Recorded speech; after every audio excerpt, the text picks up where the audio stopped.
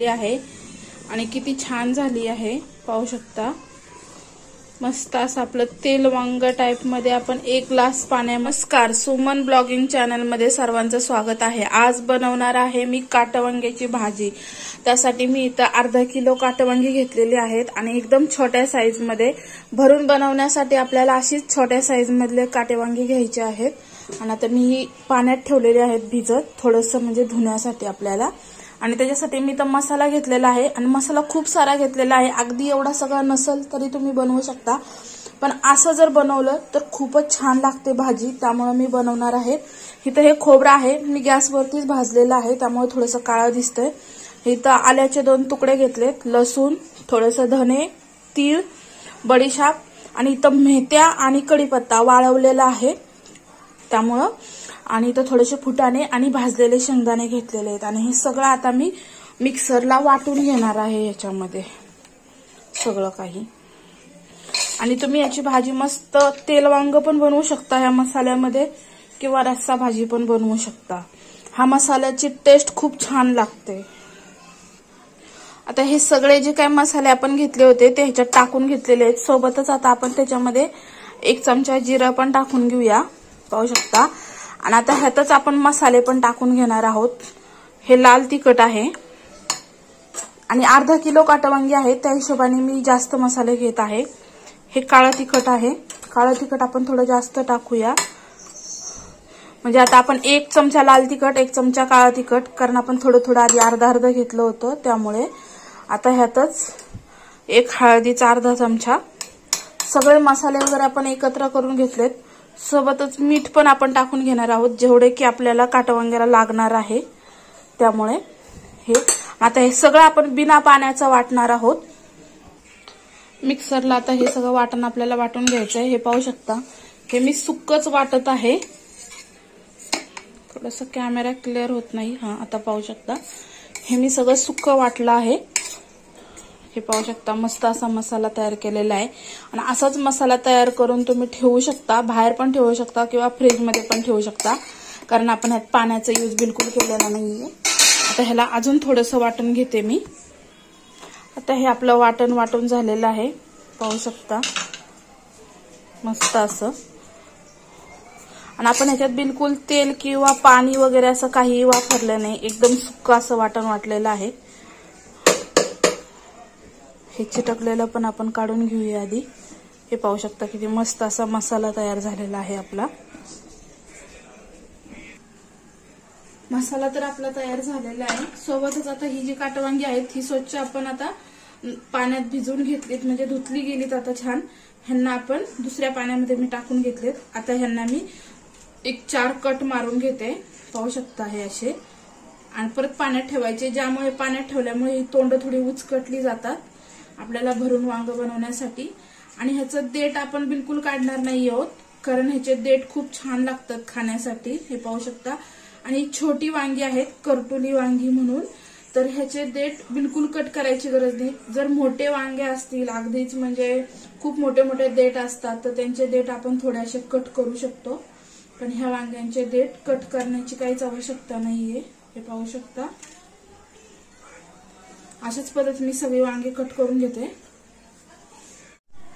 आता हे मस्त अशी आपण वांगी कट करून घेतलेले आहेत आणि पाण्यात ठेवल्यामुळे अशी याची तोंड वाचली जातात, त्यामुळे 5 मिनिटं आपल्याला यांना पाण्यात ठेवायचं पाहू शकता। आणि हा जो मसाला आहे आपण सुक्का बनवलाय, म्हणजे बिलकुल ह्याला पाणी नाही वापरलं। हा याच्यात भरून घ्यायचा आणि हा आपण सेव्ह करून पण ठेवू शकतो, बाहेर पण ठेवू शकतो, फ्रीज मध्ये पण ठेवू शकतो। हा खराब नाही होत। बाहेर तुम्ही ह्याला 8-10 दिवस आरामात ठेवू शकता आणि फ्रीज मध्ये तर 1-2 महिने ठेवले तरी काय प्रॉब्लेम येणार नाही पाहू शकता। हे अशा पद्धतीने मी याच्यामध्ये हा मसाला भरून घेत आहे आणि हे असंच ठेवणार। तुम्ही याची रस्सा भाजी पण बनवू शकता किंवा तेल वांग पण बनवू शकता।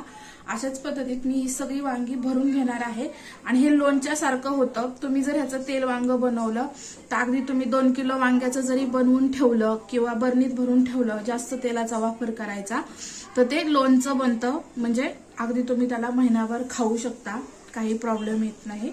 आता मी ही सगळी वांगी भरून घेणार आहे। वांग्यांमध्ये मसाला भरून घेतलेला आहे, इथे पाहू शकता.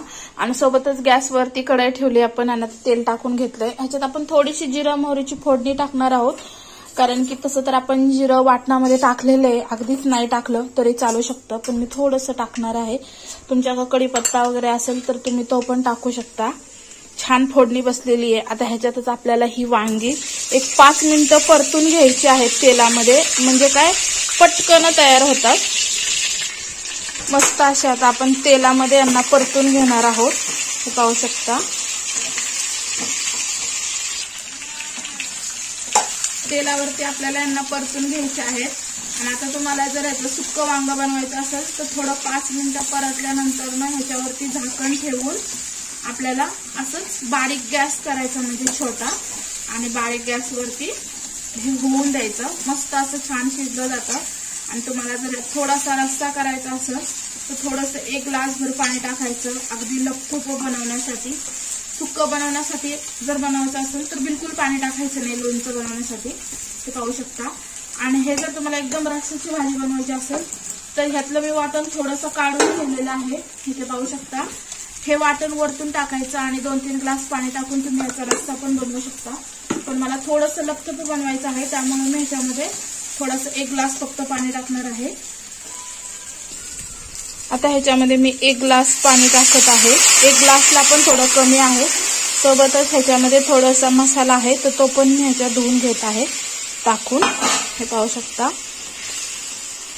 आता हे सगळं आपल्याला झाकून ठेवायचं आहे बारीक गॅसवरती. मस्त अशी याची भाजी तयार होते. एकदम सोपी पद्धत आहे. 5 मिनिटानंतर ना आपण हे भाजी पाहणार आहोत, हे पाहू शकता.